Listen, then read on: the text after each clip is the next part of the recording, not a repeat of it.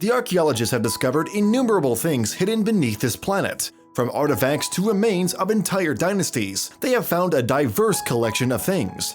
Yet even after all these discoveries and excavations, there are still millions of undiscovered secrets in the depths of the earth. One such discovery happened accidentally by a man who loved adventure and hunting. Reliving his past, he discovered something extraordinary. The Charles M. Russell National Wildlife Refuge, CMR NWR, is a national wildlife refuge located in the U.S. state of Montana. It is the second largest national wildlife refuge in the lower 48 states of the United States. More than 250,000 people visit the Russell National Life Refuge each year. This makes it one of the most visited national wildlife refuges in the United States. The hunting and fishing in the refuge are allowed by the U.S. Fish and Wildlife Service. Elk is the priority species on the refuge as they are the only species mentioned in the refuge's enabling legislation. Most of the people have seen and hunted elk, and keeping the spirit high, one more hunter headed on to bag one of the elk. On one fine afternoon, a hunter named David Bratt ventured into Montana's Charles M. Russell National Wildlife Refuge in a hope to hunt an elk. He stepped in the refuge with full positivity and started to hunt.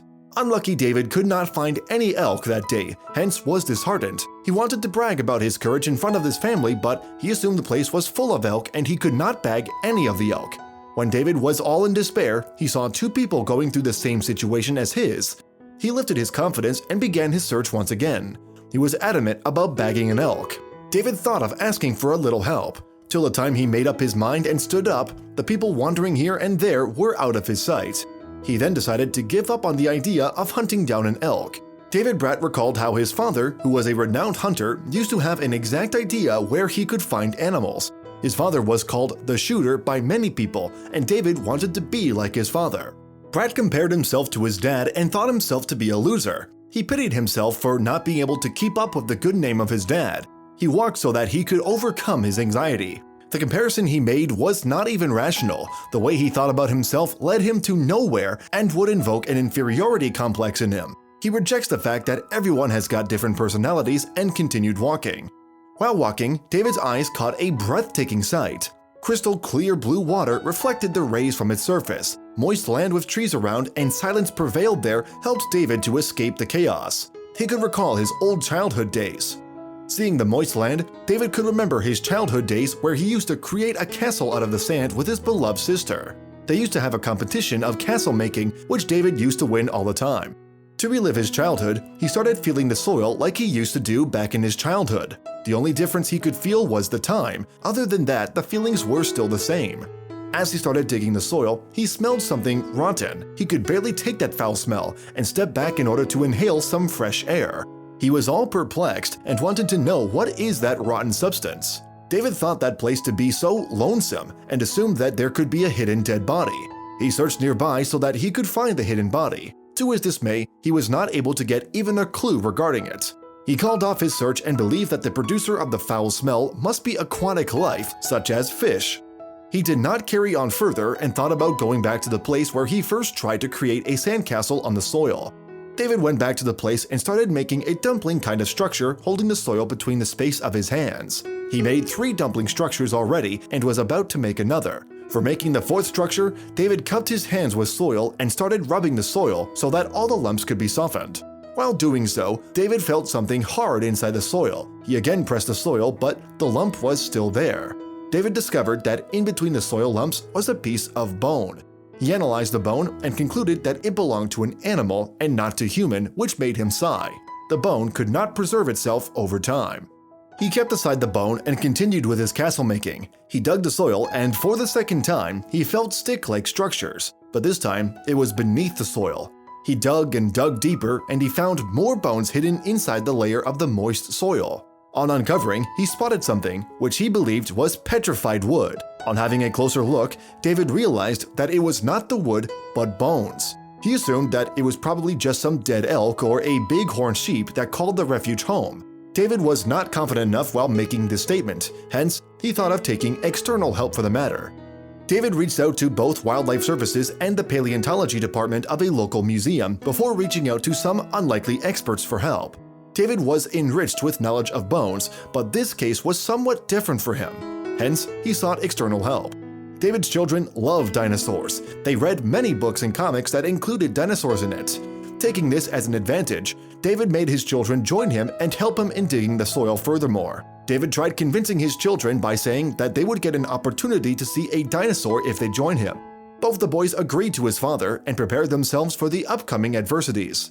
The trio started with clearing the dirt away from the bone. The children efficiently followed the instructions of their father and tried observing their father's way of working. While the trio was engrossed in clearing the bones, something unusual happened. They kept on revealing more and more bones.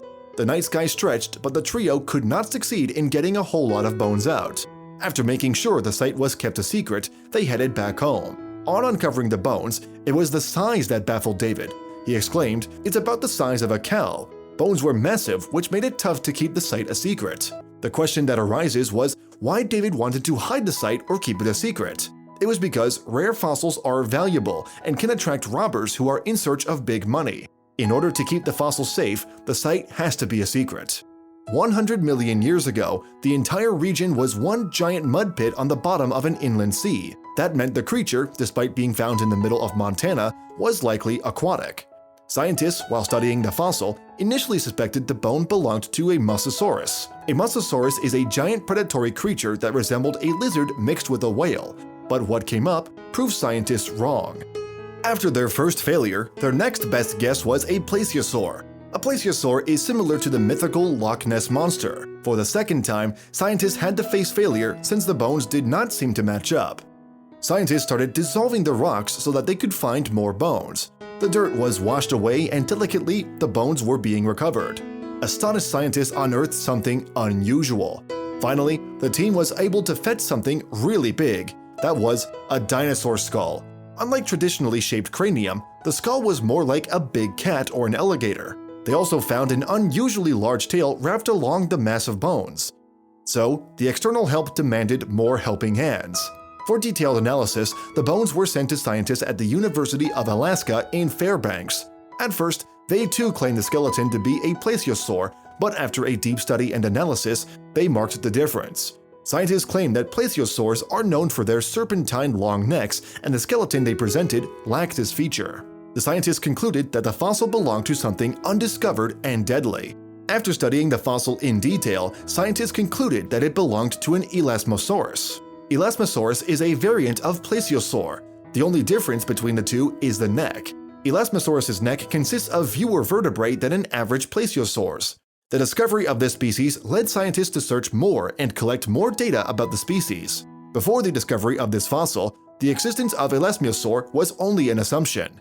Scientists began searching for more such species. It is somehow hard to digest that dinosaurs existed on this planet, but the fossils that are being discovered are proving all of us wrong. The movie makers are taking this discovery to a different level by introducing people to know more about deadly dinosaurs and ultimately enhancing their income with this.